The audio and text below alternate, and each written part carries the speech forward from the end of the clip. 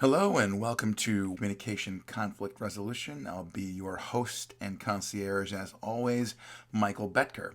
This week we're moving from module 6 to module 7. So in other words, we're moving from negotiation on to a new module, apologies, reconciliation, and forgiveness. So let's get right into it.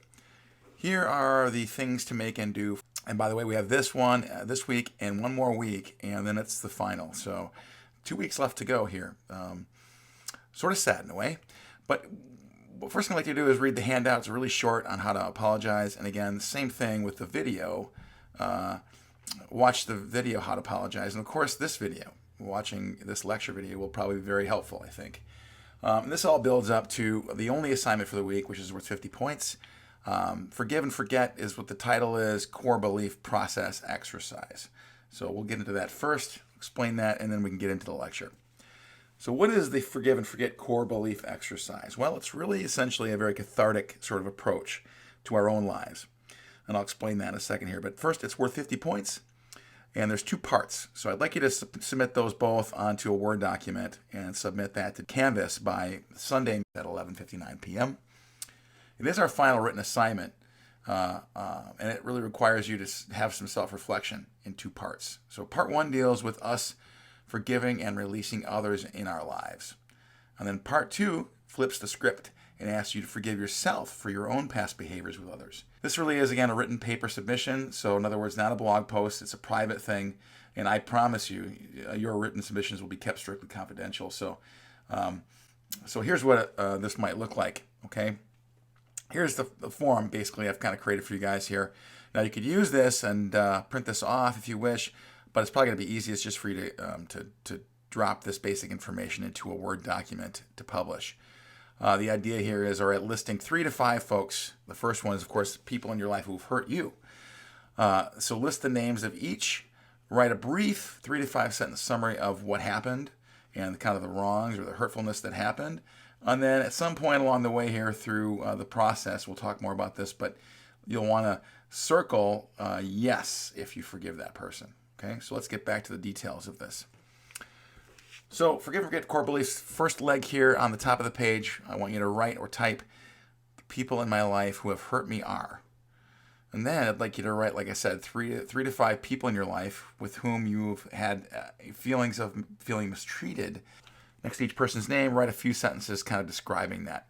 And again, this is a cathartic exercise, right? So it's almost like just laying out kind of the core essence of what upset you about this person. Now, this is where we have 2 legs to each section here. Now, so that's the piece. That's the first piece, just getting those names and descriptions listed on there. Steps 4 through 7 are a little bit different, okay? So what I'd like you to do is, once you've completed and published your list for your grade, I'd like you to print it off and hold in your hands, okay? Then find a quiet place, rest your eyes or close your eyes and relax, and then I'd like you to do this. I'd like you to do what's called visualization. So I'd like you to visualize each person one by one. And what you want to do for each of these folks is hold a little conversation with each one. Have a dialogue with the person, a short one. So a little conversation there to express the anger and hurt that you felt from that person, okay? Now, in some cases, these people may no longer be alive, so this might be a little bit emotional for some of you. But either way, do your best to do that, okay? Tell them exactly what they had done to upset you, and once you've done this, explain to them how now that you're going to do your best to forgive them for everything and to dissolve and release all constricted energy between you. So you want to say something like this, I would say at the end of this, I forgive you and release you. Go your own way and be happy. And when you finish the process, circle yes if you feel like it, and then obviously you can use that as a way of release. Now, what I've done in the past, I've done this when I've been camping before, and actually have that form there. And my way of releasing was to drop the paper into a fire. But obviously, you can do your own way here. Find your own way. And finally, I would say just generally, now I forgive you and release you all as you do that. So. Not suggesting you guys play with fire here, but it's somewhat symbolic. So here's the form again. Now, the other side of this, right, the second leg of this, and again, it's worth 50 points, so 25 points for each of these. First portion here is really where the grade happens. On the top of the page this time, I'd like you to write the people in my life who I have hurt are. And again, same thing. 3 to 5 people in your life whom you feel you may have mistreated, harmed, or done some injustice to. And then next to the name, write a short couple sentences describing what you did. Now, I'm not looking for anything criminal here or anything like that, obviously. So kind of watch out for that. But just put stuff in there that maybe you wish you would have done differently. If you had a time machine, you'd go back and do X, Y, or Z. And I can think quickly of 3 to 5 things in a few minutes here. So have fun with that. And again, that's all that's required for the 50 points. Now, I'd like you to stretch yourselves a bit here, because this is where the magic is, of course, is kind of, having this chance to release the problems that you've maybe created or thinking in your head you've created. The biggest kind of forgiveness here is just self-forgiveness. So close your eyes again, relax, and imagine each person in turn. Tell them what you did, and then ask for them to forgive you and give you their blessing. Then picture them doing so. Actually imagine them giving you their blessing and say, it's okay. When you finish this process, I'd like you to write at the bottom of your paper across the whole thing, I forgive myself and absolve myself of all guilt, here and now and forever. And when you've done this, I'd like you to, and you've published your exercise, you can print off the page and throw it away as a symbol of letting go, or even write forgiven and released in big letters across the page. And like I said before, I chucked mine in the fire when I was camping. Now, we don't have that luxury here, but find your own way to get it. Now, maybe it feels good just to ball it up and throw it in the garbage can. Whatever you feel is necessary, but there's power in writing these things down. All right, so that seems a little weird, I'm sure, probably to some of you guys, but indulge me and take a shot at this, and I think you'll probably feel a little bit better, maybe.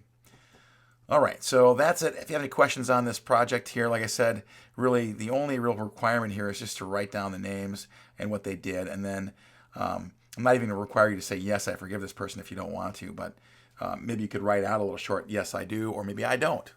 Either way, you're working on it. I have fun with this, and I hope there's some sort of prescriptive value for you guys as a result of this. All right, so let's move on to the lecture here now. I've got a few slides I want to share with you guys regarding apologies. We're going to really focus on apologies this week here. So let's keep a little picture of a puppy here. I love dog shaming. You can make my dog make that same face. It really is kind of hysterical. But how to give apologies and to give them and get forgiven is really what this is all about here. So let's talk about apologies. So we've probably done this before when you're on a crowded elevator and you step on somebody's toe, right?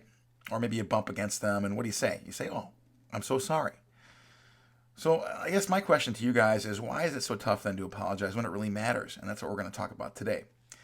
So here's the short answer, right? It's because apologizing is so emotionally fraught in personal and public lives. And remember we talked about, and I forget what week it was, but we talked about the one up, one down positioning and how men often don't like to apologize because it kind of sullies their self-esteem. And that's really what it comes down to, right? Most of us don't like to apologize or don't feel comfortable doing it because it puts them in a one down position. So we see this a lot, right? And our current president is no stranger to lying, right? Or to not telling the truth. But he doesn't certainly apologize for his behavior like maybe he could. Now, again, I'm tipping my hat here from a political standpoint, but I think a lot of politicians, so if you want to just look at both sides, you could say, yes, politicians on both sides do that to a certain degree. Either way, apologies are not forthcoming a lot of times in politics. So what we're going to learn about here in this class, right, is it's just how to create and write a sincere apology. Now, sincere apologies acknowledge a specific action that caused harm, and it takes a full sort of involvement and full responsibility for the action is what you do when you do that. So it demonstrates and expresses regret for the action and its effects. Now, obviously, the key there is, do you truly feel empathy? In some cases, as we'll see here in a couple slides ahead, sometimes we get these false apologies or fake apologies that do not ring true, so we have to watch out for that as well. It is tough, and why is it so tough? Well, because it requires humility, and that's not something is always easy for us as human beings. And again, like I discussed before, apologizing temporarily reduces one's self-esteem. So the offender who apologizes yields some power in some cases and even some control by saying, I'm sorry. Humility can lead to almost an uncomfortably close feeling of humiliation is really kind of the story there. And one last thing I want to mention before we get started here, a true narcissist never apologizes because they never feel like they're wrong. So There are people like that out there in the world too. So what are the goals of a good apology? A good apology reflects both inwardly and outwardly, right? So inwardly, it shows remorse for your actions. Outward reflection, conversely, acknowledges the hurt you've caused someone else. So there's empathy involved there as well. So it's both internal and external. All right, so what I want to talk about next, and this is you'll see this in the article I gave you now. Scher and Darley from 1997 talked about these steps to an effective apology. So this is well documented. But step one, the first thing here is express remorse, and true remorse is what we're looking for here. Something along the lines of "I'm sorry" or "I apologize." Without these identifier words, your message may be lost. So you almost got to just state it out there. In this case here, we've got My Little Pony saying, "I'm sorry, I won't let it happen again." And it seems sincere. So that's the first clue. Okay, the first step is express remorse. Step two, admit responsibility. Okay, acknowledge what you did. Empathize and let the person know that you know how badly you made them feel. So in this case here, I know I have hurt you. I am sorry, and showing true remorse, and that you feel bad about it. Step three is kind of an important pivot point in the process, and by the way, there are only four.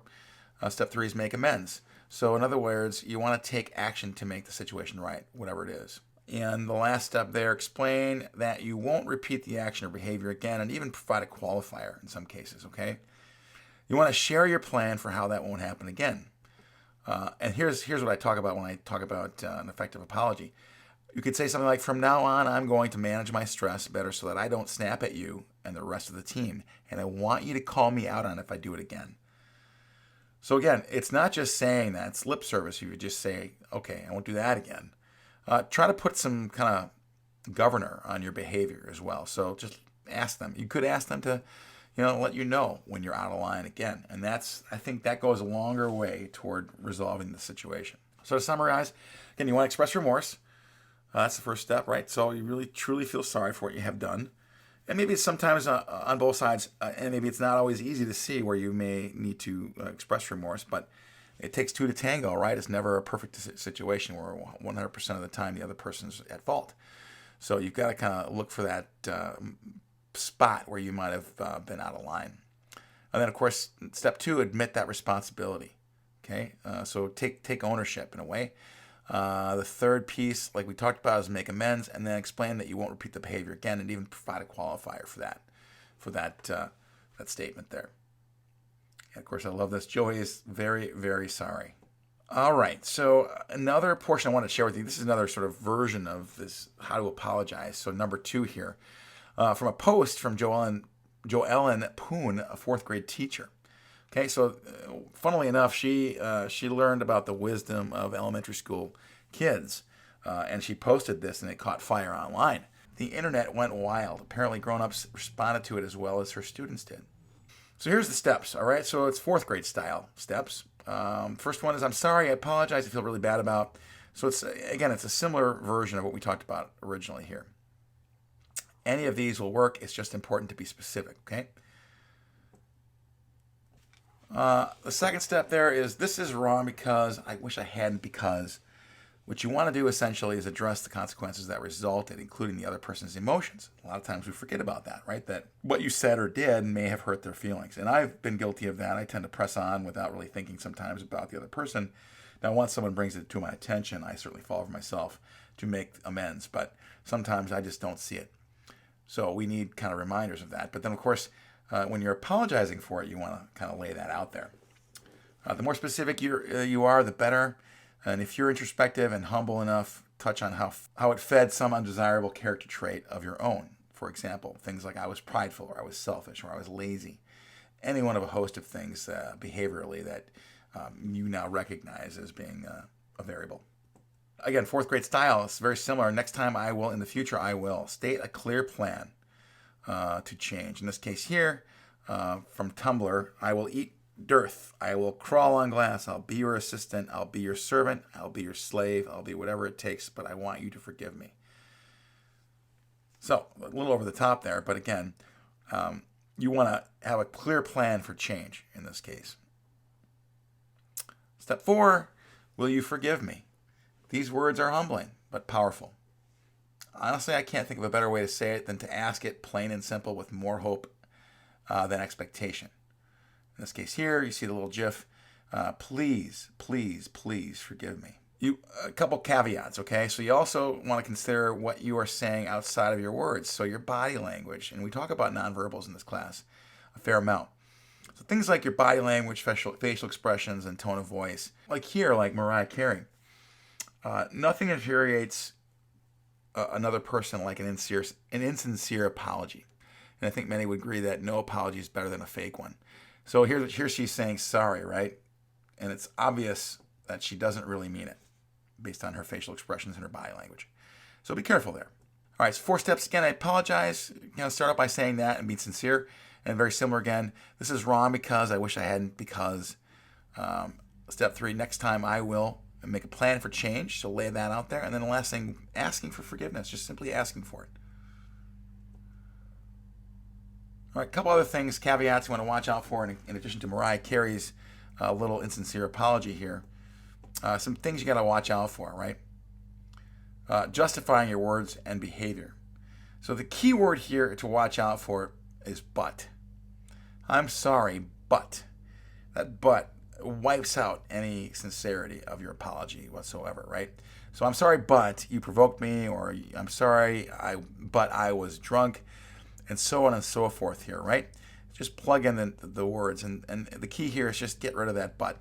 I'm so sorry, period, is better. So things like I'm sorry you're so sensitive is not really apology at all. It's almost like a backhanded apology. In fact, that's what that is. It's a backhanded apology, right? I'm sorry you hate what I do. I'm sorry if you're mad. I'm sorry you made me do that. I've heard these things before. They're very juvenile. And if you've said them before, you want to kind of eradicate those from your language if you can. So another way of thinking about this too is blaming the victim, right? So here's a couple examples of that. I'm sorry for being annoying when I want to talk, needy because I miss you, emotional when I care, and insecure because I'm afraid to lose you. So let's get an example of blaming the victim. Here's a better one. I'm sorry I hurt your feelings when I called you stupid. I really thought you already knew. So it's almost making the person feel stupid for not knowing. Again, that's blaming the victim. Number 108, right upper corner there. I'm sorry if I behaved in a way that made you think I should apologize. But I won't because I know I didn't do anything wrong. So it's not really an apology, even though sorry is in that sentence. Okay, so be careful there. You really want a short, quick apology is all you want to do there. Don't tack stuff on like we've discussed here, right? Because these are known as backhanded apologies. So another example here is making excuses. I'm sorry if I'm not perfect. I'm sorry if I'm clingy.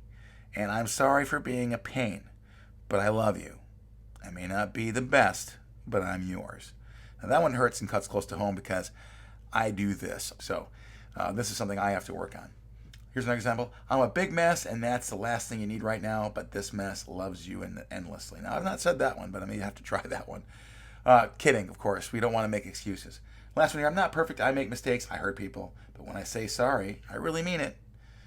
Again, these are backhanded excuses that you're making for your behavior. And it doesn't work when you try to say I'm sorry, but same sort of situation. Another thing you can do, obviously, which makes apologies bad and takes out the teeth of a true apology, is by minimizing the consequences. So here's an example. It was just a joke. Sorry, I lost your check from your mom. At least it was only $35, and it's your mom. You can just ask her for another one. Okay, so it's not really an apology at all, right? And I love this below here. If you ever watched the Real Housewives apology, it's the classic non-apology apology. So like we've talked about in the earlier part of this lecture, why is it so hard? According to Karen Schumann from Stanford University, apologizing is hard because of the perceived damage to our own self-image.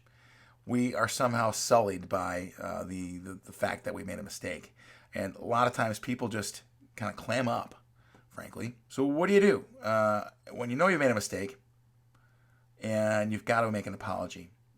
It takes some time, frankly. You've got to just think it through a little bit more and absorb it and what's really the harm there and that kind of thing. But give yourself some time to, pump yourself up a bit because we all make mistakes at the end of the day, right? So provide yourself with positive self-affirmations, things like, I can do better next time, and I won't let that happen again before you apologize. So you're ready to go. Just because you did something that you need to apologize for doesn't make you a bad person. That's the thing. Right now, my daughter tends to beat herself up endlessly when she makes a mistake like that, and we're coaching her on that. But don't be that person. Don't let that's just stinking thinking, as they say, right? So don't get caught up in that trap.